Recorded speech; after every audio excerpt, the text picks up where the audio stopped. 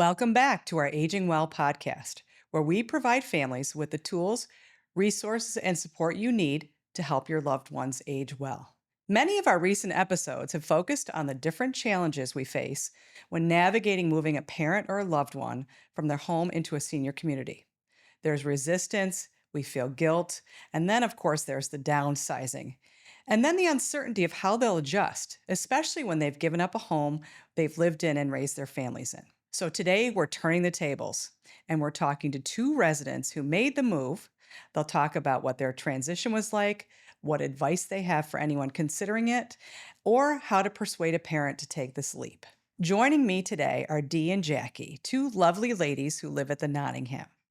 They'll share their journeys, what those first few months were like, how their children were involved, and what advice they have for listeners contemplating a move. I think some of their stories may even surprise you. Whether you're considering living in a community or curious if it might help your parents, I hope today's episode will give you what you need to help you decide if it's the right move. Let's get started.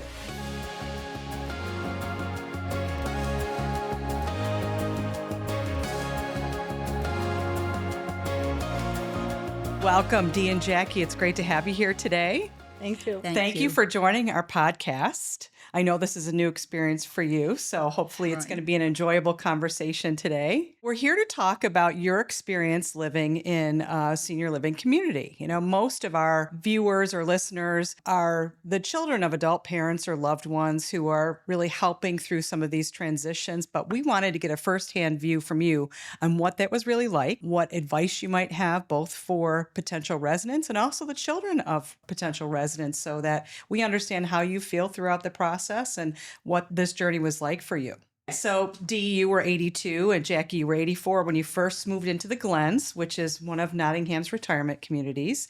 And you actually moved in during COVID, which is amazing. We'll talk about that a little bit more. But I can imagine that was quite a journey. It was. Yeah. And I know you both formed a beautiful relationship in the years that you've been together. So you've been there for about 6 years now. And let's just start off with what it was like for you to make this decision. What really prompted you to think about moving out of your family homes and into a community? My husband was ill, and I was taking care of him in a 3-story house Okay. and getting pretty tired. So our financial planner actually called and said, there's 2 apartments left in the Glens. I want you to get out there right away. And so we came out in June. And at that point, he couldn't even make it all the way down the hall to the apartment. So he stayed. So I made all the decisions, which was fun. Yeah. And I picked this beautiful apartment, and I'm crazy about it. I love it so much. Oh, that's great to hear. And Jackie, how about you? What prompted your decision? Well, my husband made the decision, actually. He said it's time for us to go. And we talked about a place that would have independent living and assisted living and memory care. And he said, we'll go either with our daughter, who is in Syracuse, Okay. who lives near good hospitals, because he needed, for health reasons, he needed it. He'd had a pacemaker put in, and he needed to have somebody to follow that. So I called my daughter and said, your dad thinks it's time that we make this move.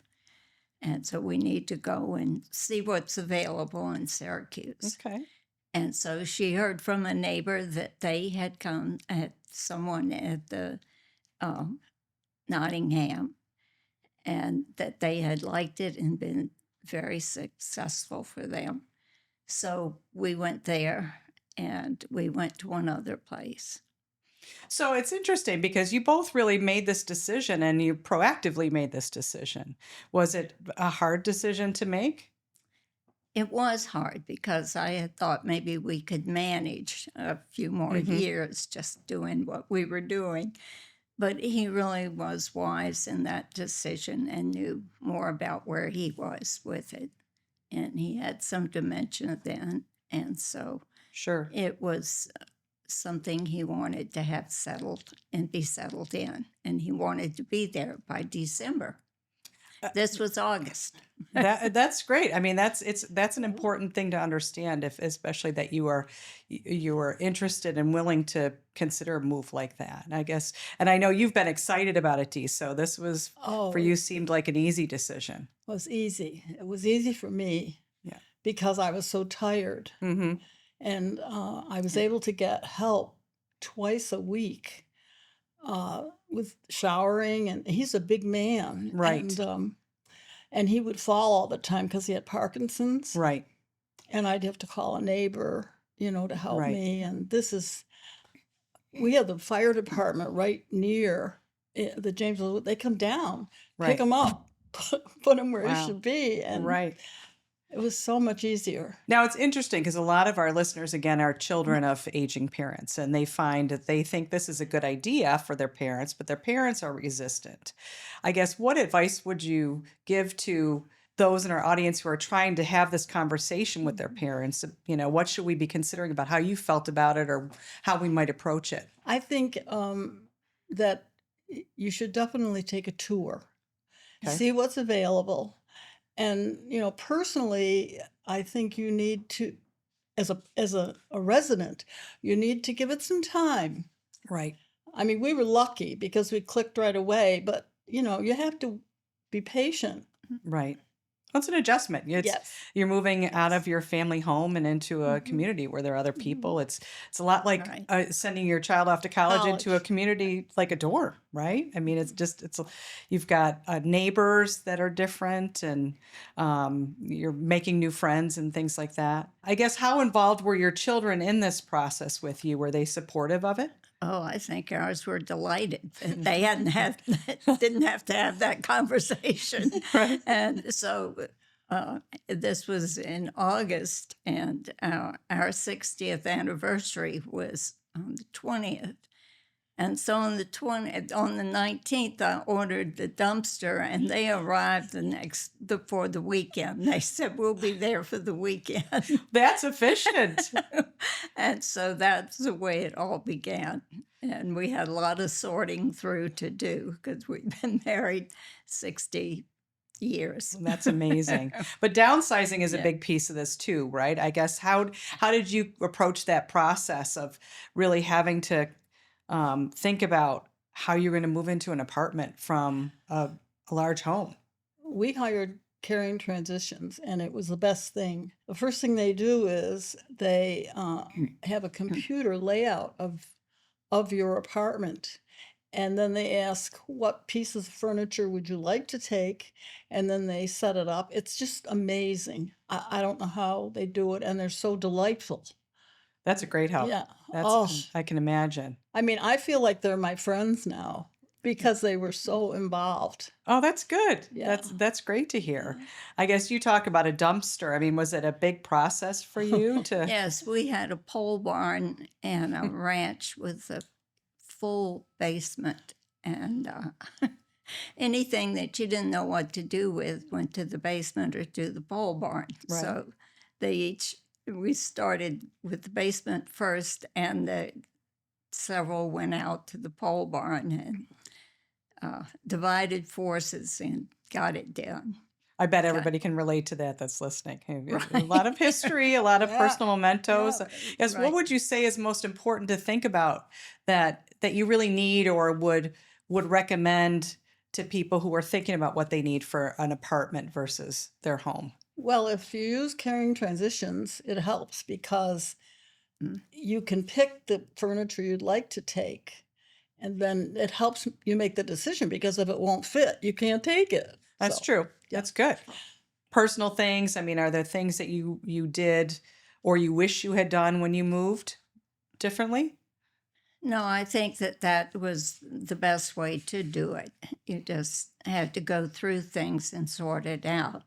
And we went through Caring Transitions too. And they were really great because they knew the size of the apartment and all the rooms, and they knew what you could take and what you could put in. Right. And so we did that, and that was all marked. And when the moving van came, that's what they took. And we dispersed with the rest of the things the family took or we gave to a neighbor. Okay. And I know, Dee, you said one of the exciting things was just that things were new and you were able to adapt and still accommodate some of the things that you enjoy doing, like sewing. Yeah, the master bedroom is huge and it's all windows. And that was not our bedroom. I put us in the den. And that's my sewing room. So I have 2 sewing machines and a serger, and Wow. yeah, That, I have all set up. So well, and so you get to continue your hobbies and things that you absolutely, enjoyed, and yeah. that's great. Um, And it's a beautiful room. I mean, it's, all those windows. right.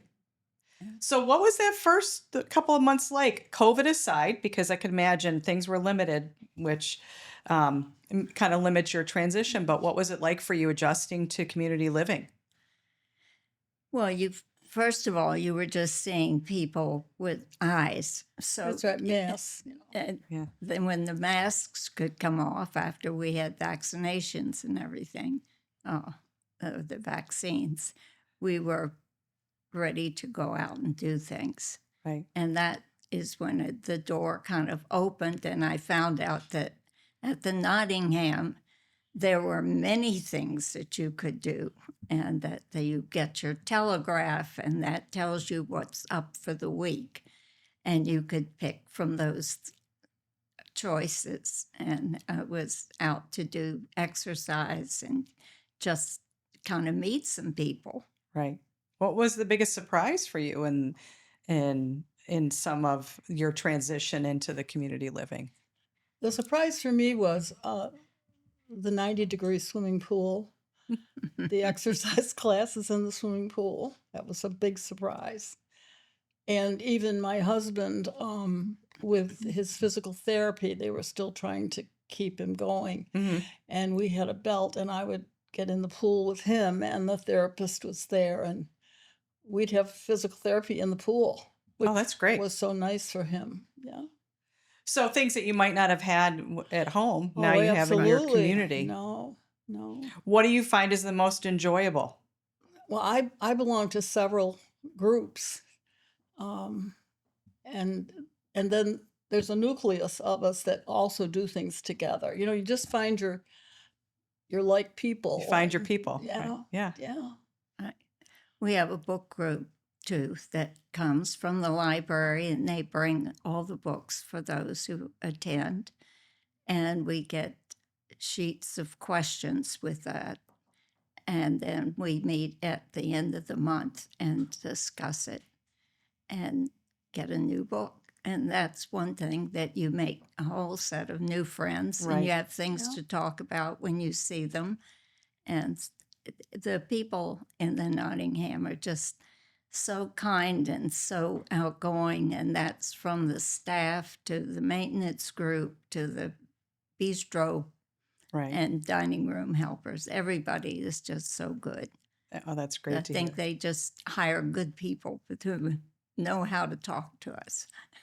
Well, and you've talked a lot about friendship. I know you both have formed this amazing bond. I mean, I know, unfortunately, your husbands have passed, and I think that having each other helped you navigate through that. And I'm just curious to the friendship side of things. You talked about finding your people, but how important was that to you going through this transitional process? Well, I think we grew up at the same time. I think our family life, we had really good parents and loving parents, and so that really was the beginning of our conversation. I think was how similar our upbringing was.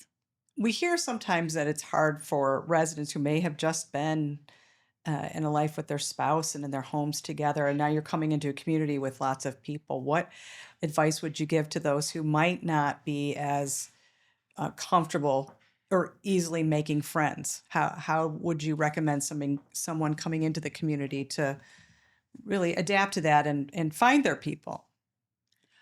I think it's helpful to maybe sit down and talk to these people in like the exercise classes. There are new people in there all the time. And if you just make a point of talking to them and kind of telling them about some things that are going on and that maybe they'd like to come and see that, or hear the music on Tuesday night, or make some suggestions, and make a point of trying to remember names, which is helpful. Well, it comes For in them. time, right? Yeah.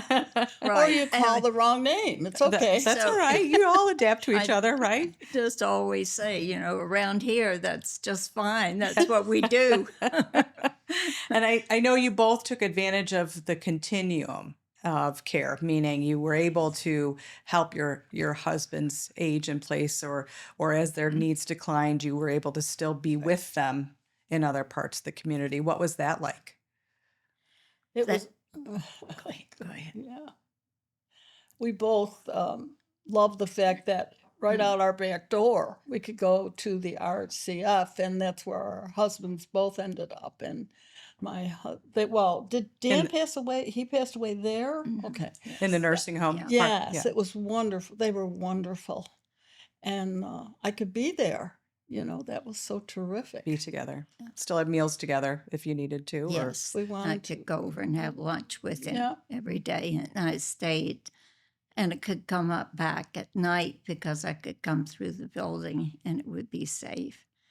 And the care there was really good. The staff were wonderful. what are some of the unique things you'd want people to know that happen in the community every day? I think the fact that we have so many choices. You can eat fine dining in the dining room, or you can grab something in the bistro, and there's always people.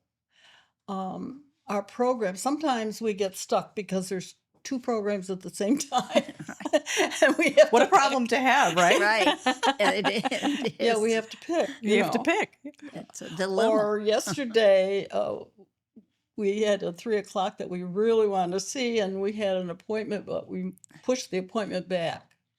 So it's we had- adaptable. Yes. So you can accommodate everything. Yeah. She was very adaptable to come an hour earlier so that we could do that. So Oh, that's great. we had been studying a little bit of Poland, and this was a Rick Steves tour of Poland. And Oh, wow. so we got to see that at 3. So And that was in time- the TV room, and of Yeah. course the TV is one wall. Right. So you see it much better than you do on your TV. That's great. Yeah. Right. One of the things are the outings that are so neat too. And we're looking forward to going to the zoo Right. in May, I have not seen the Syracuse Zoo, so I'm Oh, eager that's to see exciting. That's that. right. They have free Yeah. transportation, so you can go They- around yeah. and They take yeah. us there and they bring us back. We went to see the Eagles last month at the Onondaga Lake. oh wow. And we had there was a guide, and he knew so much, and he brought binoculars, and we had another one on a big stand, and he helped us. It was super. That's great. Yeah.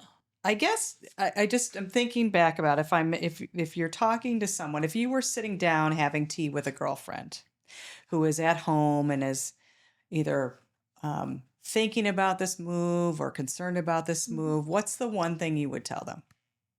Take a tour. Yes. And pick up the Telegraph to find out what is a week like and an outing. What could you be doing with that time? And I think that is such an opening, because if you're in a house by yourself and the weather's bad, you can't go and do anything. You're just there by yourself. When you walk out at the Nottingham, you have lots of friends around you everywhere. And if that's not somebody who's a friend, you make it a friend. So it's just very inviting. I think that's great advice. And I know you talked about the conveniences of some things too, like not having to go up and down the stairs for laundry or Oh, shoveling or snow, some of those other things that you're just so used to in your home life, and how that changes when you go into a community. definitely. Yeah. Yeah. We're excited this spring because normally they don't put the benches out till May 1st and they're out already. So everybody's Oh, that's happy. great. Right. Well, Because we can walk all around and it's a beautiful area. It really is. And birds and sometimes you see deer. We have wild turkeys that sometimes there's 7, yeah, and it's just you don't feel like you're in an apartment. right. You really Yeah. feel like you're in a community. That's great. Yeah. Now, what's it like? Do your children visit you? Yes, and they're wonderful. They've been just so great. I have a daughter who lives here who's shown me the ropes of getting around Syracuse and taking me places, and they're just terrific. Family is terrific. So that is another thing that Dee has her daughter here too. And so, Now, you both weren't from here I'm originally? from You were here. from here originally. You were not. Mhm. I Okay. know. So it's a new city and a move at the same time. Yes. Yeah, it was. So that's an Uh, adjustment. Yes, it is. I'm grateful for the maps on the iPhone that get you around. And somebody tells you where you need to make a turn.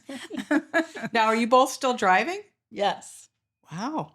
Well, the weather's nice now, so you can get out again, but you I have mean, I don't options, right? yeah, I don't drive, as much as I did, but it's nice to have the car.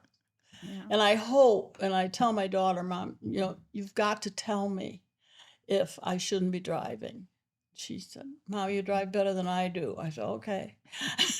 That's great to hear too, because Yeah, that's a really yeah. difficult decision, I'm sure. It is, You're yeah, losing real but I don't want independence, to wait right? till it's too late. Right. Right, I want to be proactive, right. and Right. I think that's great. And that's great advice to others to yeah, have that kind of mindset, because yeah. that's the other thing we hear too is oh, I'm giving up my car, my independence, but you have options.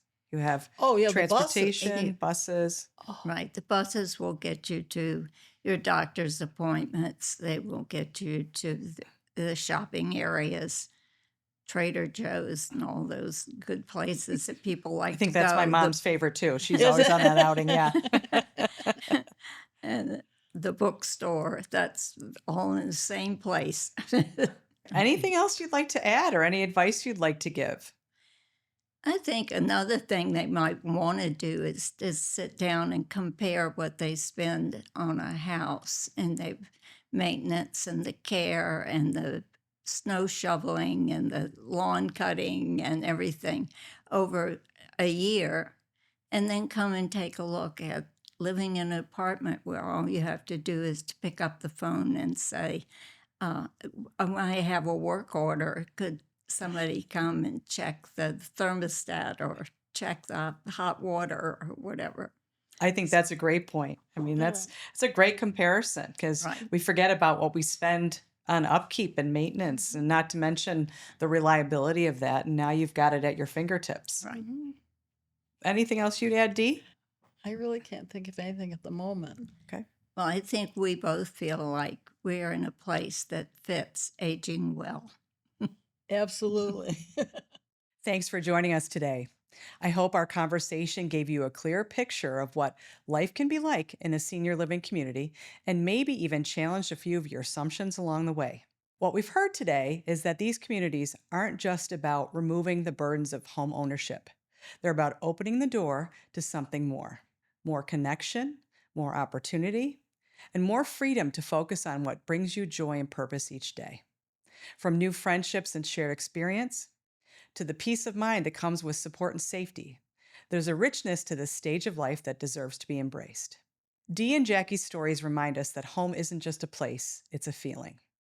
And sometimes when we're willing to reimagine it, it can become something even more fulfilling than we expected. Thanks for listening. If you found today's episode helpful, please share it with someone who might benefit. And be sure to subscribe for more conversations that celebrate aging with dignity, possibility, and a vibrant sense of community. Visit our website for updates and upcoming episodes. Thanks for listening, and join us next time on Aging Well.